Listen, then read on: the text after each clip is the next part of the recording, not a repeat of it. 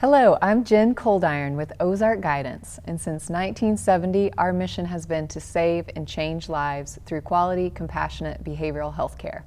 Thanks to everyone in the Springdale Public School System for partnering with us in that mission. And welcome to the second year of the Social and Emotional Learning series. Today we'll be going through a video called Brain and Behavior again, in which I hope to bring you information, resources, and skills to help you be more here in your human brain, able to access all of those 11 executive skills. This year, first though, I'm asking you to participate in some pre-video exercises. So hopefully you got a handout that gives you those instructions really quickly. They are to do an emotional check-in. So what feeling word describes your work week or your work day? And you can write that down individually, but I'd also love you to put it on a sticky note, and then for everyone in your building to place those sticky notes in a collected area so you can get a feel for what your colleagues are feeling. And then number two, I'll ask that you all do a word association exercise with the word conflict. So, what are words that come to your mind when you hear the word conflict? And again, you can write those to yourself, but then also perhaps place them on a sticky note, or if somebody would be willing to volunteer to write a group list up on a whiteboard, that would be helpful. And then task number three is to participate in a brain break, and I'm suggesting rock, paper, scissors Olympics, because that's fun. So those instructions, again, are on a pre-video task sheet that you hopefully got emailed. And if you haven't done them yet, please hit pause and engage in those exercises.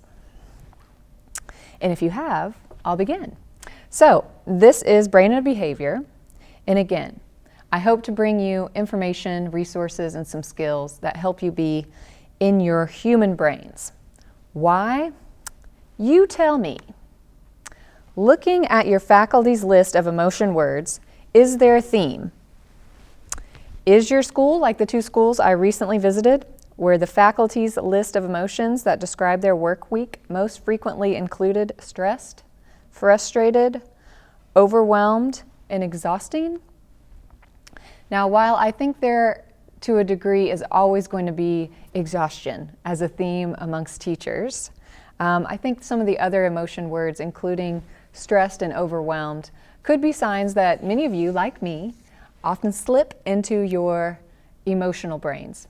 You flip your lid, and you're stuck down here ruminating, worrying about what's happened already or what's about to happen, concerned about time, concerned about all these pressures that are on you, for example, to stay with content, to pump out content while you're teaching, minute after minute. It's reported, for example, that 46% of teachers reported high daily stress. That is tied with only nurses for the highest rate of stress felt on a daily basis, according to a Gallup poll. Stress is the enemy of executive function. It's what sends norepinephrine, if I'm saying that right, and cortisol into your brain that hijacks your brain and causes you to flip your lid.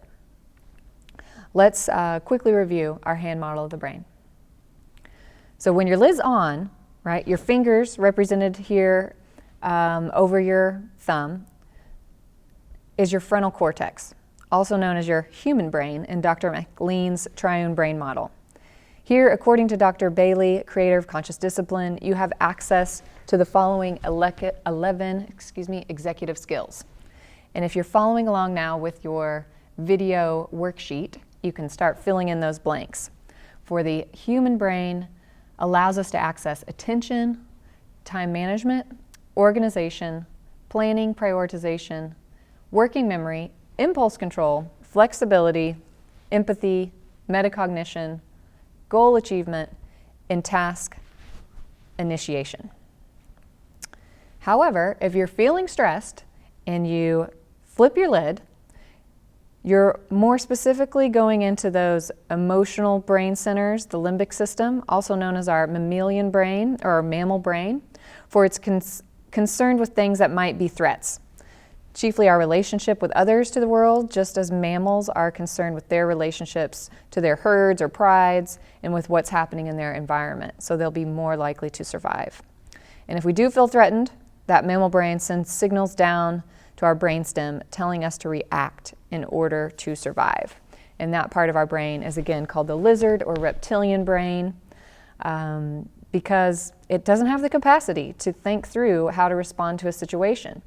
It simply automatically reacts by fighting, flighting, freezing, or surrendering. So your stress level in your brain will determine how you see conflict in the classroom and in life in general. So, what words did you associate with conflict?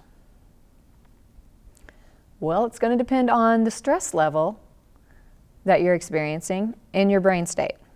My guess is there are a few out there who said some positive words like problem solving, maybe communication, but I bet many of you said words with negative connotations, maybe even including yelling, power struggles, or the word disruption, because conflict can be seen as a disruption in your classroom.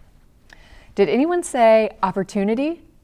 Carl Jung did. He's a pioneer in the field of psychology, a psychiatrist from Sweden. And here's his quote: "Conflict exists strictly as an opportunity to raise our own consciousness." Let's take a look at how Dr. Bailey breaks down this perspective by describing how you will see conflict or misbehavior in your classroom according to what brain state you are in. In a survival state, she says conflict and misbehavior is perceived as a threat, and your intent is to punish that behavior. In an emotional state, conflict or misbehavior is perceived as an irritation, and your intent is to stop that behavior.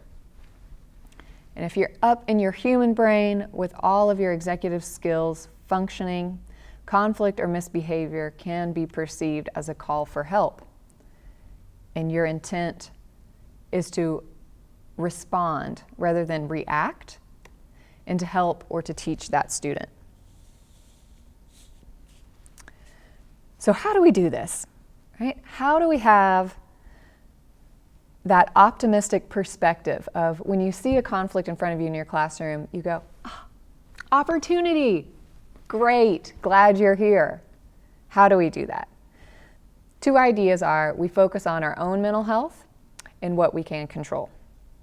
Mental health for a long time has been defined as the absence of a mental illness. That's not really a helpful definition when you're talking about goal setting. But Dr. Dan Siegel and Dr. Payne Bryson, here in their book, The Whole Brain Child, have suggested a new definition. And really this comes from Dr. Dan Siegel's work. And he, again, is a creator of our handy-dandy hand model of the brain. So his definition, according to them, is being used more and more by researchers and therapists around the world. So I'll read you now some excerpts. It's based on the concept of integration, and it involves an understanding of the complex dynamics surrounding relationships in the brain. A simple way to express it, though, is to describe mental health as our ability to remain in a river of well-being. Whenever you're in the water, peacefully floating along in your canoe, you feel like you're generally in a good relationship with the world around you. You have a clear understanding of yourself, other people, and your life. You can be flexible and adjust when situations change. You're stable and at peace. Sometimes, though, as you float along, you veer too close to one of the river's two banks. This causes different problems depending on which bank you approach. One bank represents chaos, where you feel out of control. Turmoil rules the day. The other bank, they go on to say, is the bank of rigidity, which is the opposite of chaos. As opposed to being out of control, rigidity is when you are imposing control on everything and everyone around you. You become completely unwilling to adapt, compromise, or negotiate. End quote. Think to yourself, how is your day or week gone? Are you enjoying the river of well-being? Or are you part of the 46% of teachers who are experiencing high daily stress? And if so, which bank do you tend to tie off on? You know, they say that maybe if you're a right dominant person, very artsy, imaginative, you'll veer to the bank of chaos and instability. Whereas if you're more of a left brain person, maybe more into the sciences, for example, you'll veer to the left bank and be rigid and inflexible, trying to be very controlling and strict in how you manage your class. If you look around at your colleagues in their classrooms, do you get a sense for who's right brain and left brain dominant? So what do we do? How do we stay in the river of well-being? Dr. Dan Siegel acknowledges that most of us move back and forth between these two banks as we go through our day, especially when we're trying, he quotes, I quote him in saying, to survive parenting. When we're closest to the banks of chaos or rigidity, we're farthest from mental and emotional health. The longer we avoid either bank, the more time we spend enjoying the river of well-being. So how do we do this? How do we consistently row in the river of well-being? We focus on our mental health and we focus on what we can control. And one thing we can control is having a lot of fun, right? This is something that's within our control. And happened to be some of the last messages sent by Jesse Lewis before he died in the Sandy Hook tragedy. He wrote this note on a note to give to his brother. Have a lot of fun. So I've included with your email this top 10 brain breaks sheet from Ozark Guidance. That includes 10 brain breaks we think are great for all ages. And they really focus on providing what Dr. Bailey calls joy juice to kids by including the 4 elements necessary to create joy juice. And those are eye contact, touch, presence, and playfulness. So there are a lot of brain breaks out there that include activities to have kids cross the midline, but those might be exercises that they do independently on their own, like waving their hands back and forth in different directions while standing on one foot. Those are great. But these particular 10 brain breaks are about creating relationships among the students and with your participation, relationships with you. So the idea is that that eye contact, presence, appropriate touch, and playfulness are incorporated routinely into your classroom so that students are interacting more, creating relationships with each other, and through that cooperation, through that connection comes more cooperation. Plus, again, it's just fun. Other ideas from teachers that I've recently picked up for incorporating fun in regular ways in their classroom are to use a koosh ball to call on students, and through group discussions they can voluntold each other by throwing the koosh ball around to keep the discussion going.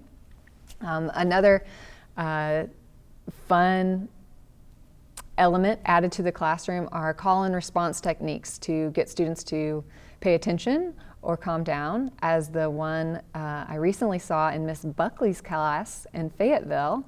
So she picked up on Taylor Swift's popularity and she calls out, "Oh, oh, oh, oh, oh, oh, you need to calm down." And the kids go, "We're being too loud."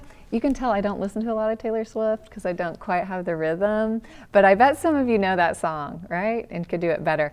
So they practiced that, and out of nowhere, she did that, and the kids didn't miss a beat and said, "We're being too loud." And then a few minutes later, of course, because they're loud again, she did some yodeling, and they knew how to respond to that yodeling too. All the while, these just being reminders to herself too that I'm gonna have to tell kids repeatedly to be quiet. I might as well do it in a way that helps me stay up here instead of seeing their loudness as a threat to my timing and my agenda, but to keep it lighthearted and be prepared to tell students to be quiet over and over and over again. So those are just some fun strategies to think about adding a little bit more humor to your day so you can stay in that river of well-being. What's the number 2 way to do this, perhaps? Mindfulness. Mindfulness is a state, a trait, and a practice, according to mindfulschools.org. And it is increasingly becoming a proven strategy to be one of the most effective at safeguarding both the mental health of teachers and students. A more extensive definition, if you're a note taker on your worksheet, is the following. Mindfulness is a state of active, open attention to the present moment. Being mindful means observing one's thoughts and feelings from a distance without judging them as bad or good or bad there. And that's from Mr. Kabat-Zinn, who is a leader in this field. According to a recent Robert Wood Johnson Foundation brief, mindfulness has been shown to reduce teacher burnout, negative affect, sleep-related impairment, and daily physical symptoms related to stress. Sounds great, right? So let's hear both elementary and high school students describe mindfulness in 2 short videos from mindfulschools.org next. When I do a mindful activity, it feels very quiet and calming and centered, like I'm the only person in the room.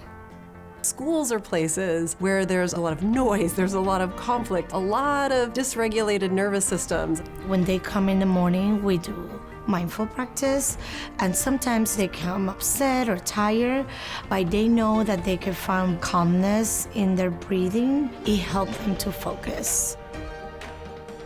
Sometimes, like when people bother me a lot, I'll be like a less calmer student, like have a lot of anger. What if we just created a space where we could take a moment to really come back to what's most important? Mindfulness is like where you go to a quiet space and focus on your breath and what's around you. It's like for another way to cool down when you're mad. When I can't figure out the answer to a question on a test, I get really stressed sometimes, but then I stop and then I notice what I'm doing. That pause impacts our well-being, but it impacts how we react and respond. I say, okay, right now I'm feeling very angry. I need to calm down. And then I say, I can do this if I review it one time. Maybe I just need to count down from 10. To move towards these 21st century skills, there's so many foundational pieces that help those things happen. While we're breathing in and breathing out, if our mind starts to wander till lunch or thinking about other things, and as soon as we realize we're thinking, we can come right back. It's like we're getting our minds ready to just stay right where we are. My mind is like, it wandered off to like a place that's calm and peaceful. Oh, wow. How did that feel? It felt great. It's a way for us to approach supporting children's social emotional development. Kids need to be taught skills really intentionally. Mindfulness has helped me just kind of slow it down a little bit and just be really present for parents and for students, acknowledging teachers' needs. Teachers have a lot of stress. Mindfulness had helped my practice and become a better teacher, having the calmness that the kids need to solve their problems, to being able to learn better. By starting with the adults in the community, we're helping the whole community. It impacts our ability to listen and to relate to other people and have empathy, build resilience and confidence in kids, which is so powerful. When I do mindfulness, I feel calm and I have confidence. When I do mindfulness, I feel calm and steady. If everyone in the world practiced mindfulness, it would be more peaceful and they wouldn't be as afraid to express themselves and tell themselves to calm down. If everybody used it, there wouldn't be as much problems.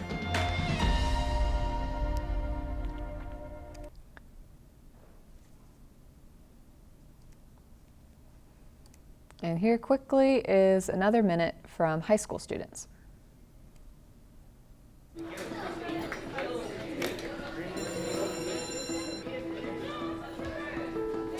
I'm going to close my eyes and take some breaths.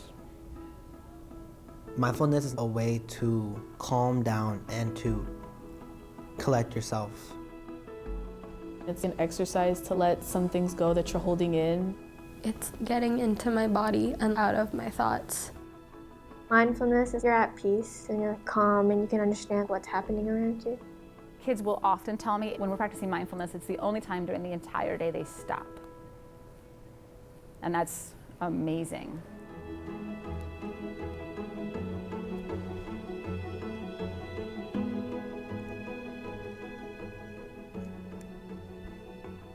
Okay, we saw 2 basic mindfulness exercises in that first video that you could start using today. So let's try them. The first one included listening to the bell. So let's try it. Sit up straight, get comfy, both feet on the ground. You can keep your eyes open or close your eyes, and I'll just hit the bell. And when you cease to hear it, raise your hand. Ready?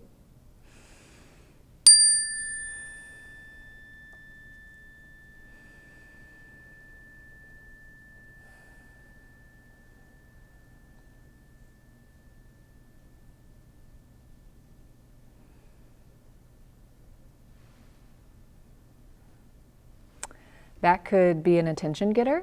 It could be done to signal it's time to transition to the next class. Or this could be the signal that it's time to start and stop an additional mindfulness exercise, such as the hand model for breathing, or hand breathing, or gimme 5, if you want to call it that you also saw in the first video. So let's try that next. Everybody stick out one of your hands, doesn't matter which. And again, sit up straight, both feet on the floor, eyes open or eyes closed, and start with your other finger on the base of your thumb. And as we go up, you inhale. Then as we go down, you exhale slowly. Inhale, exhale. Inhale, exhale.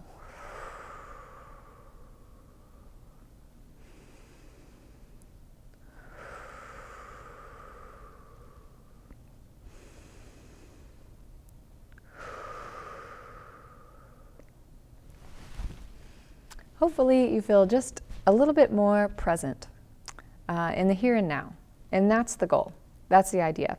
That we take time to pause and breathe and just get here, not worried about the past or thinking about the future. And the deep breathing also helps to stop those harmful hormones from hijacking our brains. The latest book, produced by ASCD, focuses on an activity, focuses on teaching teachers how to bring mindfulness into the classroom. So the 3 factors that they recommend be included in mindful practice include focusing on an activity, such as breathing or listening to the bell, or maybe filling the shapes of pumpkins in your hand for this October theme, right? But you're focused on an activity. Secondly, to openly monitor ideas, feelings, and sensations that interrupt that focus, and to have a curious, non-judgmental attitude towards whatever it is that comes up. So the goal is to improve awareness of the present moment. And again, this helps us be in our executive brains. It involves attention. It involves metacognition, thinking about what we're thinking about. It involves impulse control, and probably some of the other executive functions, all at the same time. So it's like a little workout for your human brain. Here is what one teacher said after incorporating mindfulness practice into her daily routine and into her classroom. I have less anxiety and don't get as overwhelmed as quickly as I used to. I am able to control my temper better and have an overall sense of peace most of the time. Sounds pretty good, right? So perhaps routinely incorporating mindfulness exercises into your classroom is just what some of you need to make your year a little bit more smooth and to stay in that river of well-being. Here are some additional resources for simple ways to get started. If you're not already using Choose Love's curriculum, that it's free to download on their website, and there is a 9th through 12th grade packet that includes a facilitation guide for how to lead a mindful minute, as well as other mindful exercises. Another resource I like to show high school and middle school and junior high teachers is this mindful packet of exercises, 55 ways to share mindfulness with kids and teens. You can just pull out the ones that are for kids, and then you have a whole card deck for teenagers.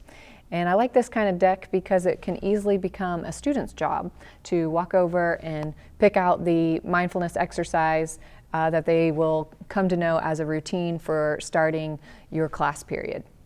And it just takes a minute or two. In addition to that, Zensational Kids is a website that has K through 12 resources for free for teachers on breathing, movement, and mindfulness. So check them out if you haven't already.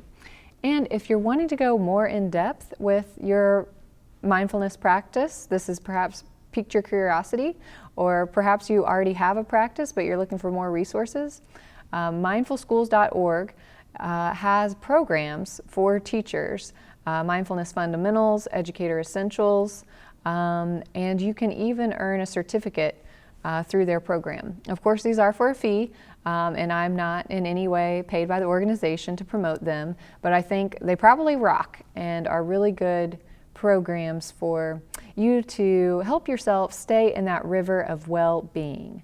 Now, another strategy to help yourself is to help students understand their own brains and when they are starting to flip their lids, and to have this kind of communication skill that non-verbally can be pulled out at any moment.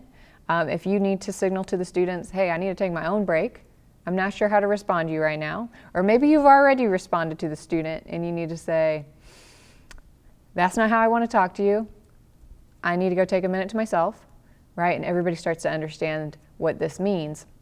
Can be a tool to decrease your stress and give you an oops to hand yourself and take a break, or to hand a student and say, you're yelling at me, I don't like that tone, I don't like that language, take 5 minutes, right? So before we get into that session about calming corners for teenagers, let's look at a video next that will teach them the 3 parts of the hand model of the brain to lay the foundation that they would need to move into something more advanced, like a calming corner system for your classroom. So here's this video next. It's called The 3 Parts of Your Brain by Dr. Russ Harris. Probably know the name Dan Siegel. He's one of the giants in the field of interpersonal neurobiology, and Dan came up with a lovely hand model of the human brain. So let's kind of go through the hand model of the brain. And this can be useful for you to understand, but at times it might be useful for you to actually share this with your client. The wrist, the forearm coming up to here, is like your spinal cord. And right here at the end of the wrist is like the base of your skull. And here, at the bottom of your palm, this is like the reptile brain, the life support system of the brain. So, you know, if the rest of your brain is wiped out through, say, for example, a stroke or a car accident, this life support part of your brain, the reptile brain, can still keep your body alive, can still keep all your organs functioning, and your breath and your heart and so forth. And this is where a lot of autonomic nervous system operates and stems from this reptile brain. Now, above the reptile brain is the mammalian brain, often called the limbic brain or the emotional brain. So reptiles, they've got the fight or flight response, or they've got the freeze, shut down, flop and drop response, but they don't really have anything that is even remotely close to the complex emotional states that we see in mammals. And the limbic brain has many different parts to it, but 2 in particular that we'll be looking at in this course are the amygdala and the hippocampus. Now, don't worry about memorizing those terms for now, we will revisit them later. But this kind of is the middle brain, the limbic brain, the mammalian brain, basically responsible for emotions. Now, on top of the limbic mammalian emotional brain, you've got the cerebral cortex, the thinking cap of the brain. The cerebral cortex is much thicker in mammals, but especially especially so in primates, and particularly so in human beings, more so than any other primate. And this cerebral cortex, the thinking part of the brain responsible for consciousness and cognition. And right at the front of the cerebral cortex, you have the prefrontal cortex, the part of your brain that's right up here at the front of your forehead, above your eyes. And particularly important to us is the medial prefrontal cortex, this bit in the middle, right at the front, this bit up here. This plays a very important role in mindfulness and awareness. So let's just go through it again. You've got your spinal cord, you've got your reptile brain. Underneath your cerebral cortex, you've got your mammalian brain with the amygdala, the hippocampus, responsible for emotions. And then you've got your cerebral cortex, your thinking cap of the brain on top, and the medial prefrontal cortex right here in the center at the front, right there.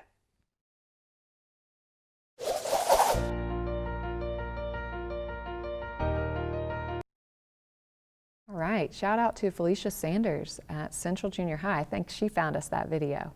So I hope it was helpful. I hope something throughout this session sticks with you and you'd be willing to investigate it a little bit further for your own stress reduction and well-being.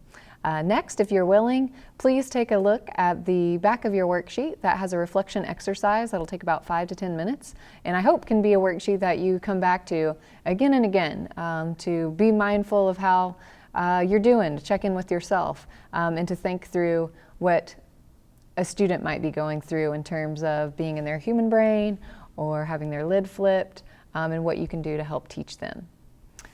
Thank you for your time. Till next time, I'm wishing you well.